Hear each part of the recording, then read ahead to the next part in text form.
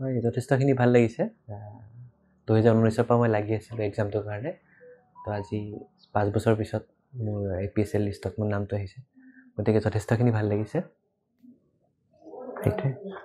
খুব অঞ্চলবাসী এনেকুৱা সুনাম কঢ়িয়াই আনিছে মনটোত আজি কেনেকুৱা লাগিছে মনটো হয় ভাল লাগিছে কিন্তু মই ভাবোঁ যে যদি আমাৰ অঞ্চলৰ পৰা আৰু দুজনমান থাকিলেহেঁতেন মোৰ আৰু বেছি ভাল লাগিলেহেঁতেন কাৰণ মই ভাবোঁ আমাৰ অঞ্চলত যথেষ্টখিনি প্ৰতিভা আছে আমি যদি গোটেই সকলোখিনিয়ে চেষ্টা কৰোঁ এনেকুৱা এডমিনিষ্ট্ৰেশ্যনৰ এক্সামত সোমাবলৈ তো মই ভাবোঁ যে আমি আৰু সুনাম কঢ়িয়াই আনিব পাৰিম আমাৰ অঞ্চললৈকে উঠি অহা প্ৰজন্মৰ ছাত্ৰ ছাত্ৰীৰ বাবে কি ক'বা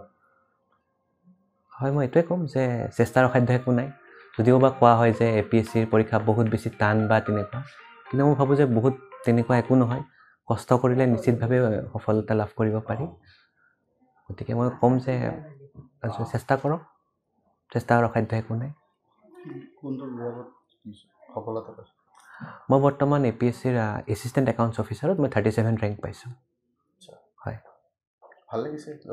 যথেষ্টখিনি ভাল লাগিছে হয় আচলতে মোৰ সন্তানৰ যিটো সফলতা তাৰ কাৰণে মই যথেষ্ট আনন্দিত আৰু তাৰ যিটো প্ৰচেষ্টা আচলতে একানপতীয়াকৈ যথেষ্টই কষ্ট কৰিছিলে 2019 পৰা নেৰানেপেৰা পাৰকৈ যিটো একাগ্ৰতাৰে এই সফলতাৰ কাৰণে লাগি আছিল তাৰ ফল আজি পোৱাৰ কাৰণে আমি গোটেই পৰিয়াল বংশ পৰিয়াল বুলি ক'ম সকলোৱে সন্তুষ্ট পাৰাবাসী সন্তুষ্ট অঞ্চলবাসী ৰাইজেই সন্তুষ্ট আৰু ইয়াৰ পাছতো যাতে পৰৱৰ্তী পৰ্যায়তো আৰু সুনাম কঢ়িয়াই আনি অঞ্চলবাসীৰ সুনাম কঢ়িয়াই আনে তাৰ কাৰণে মই সদায় ভগৱানৰ ওচৰত প্ৰাৰ্থনা জনাইছোঁ আৰু এনেকুৱা পাৰদৰ্শিতা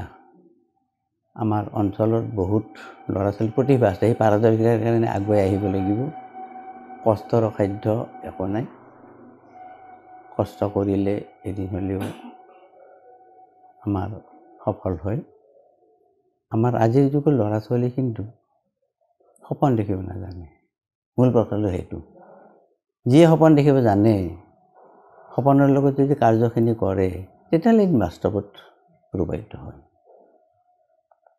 আগত আমাৰ এই পৰীক্ষাবিলাকত ইমান ল'ৰা ওলোৱা নাছিল আজি যদি চাওঁ আমি আজিৰ যিটো ৰিজাল্ট দিল আজি 3 দিন আগত সেইটোত আমাৰ 67 লাখ 67,000 ষ্টুডেণ্টে পৰীক্ষা দিছিলে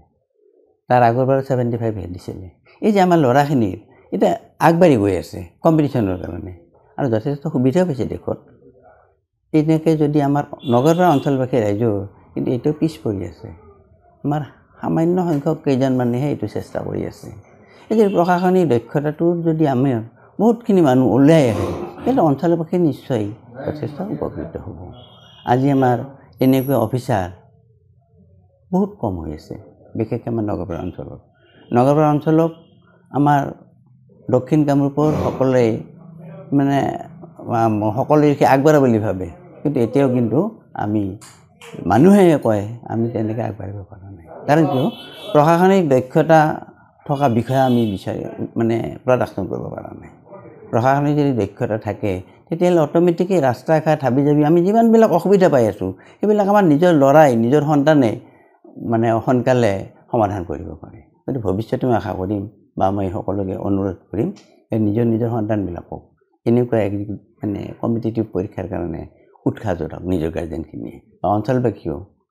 তাৰ এটা পৰিৱেশৰ সৃষ্টি কৰাৰ কাৰণে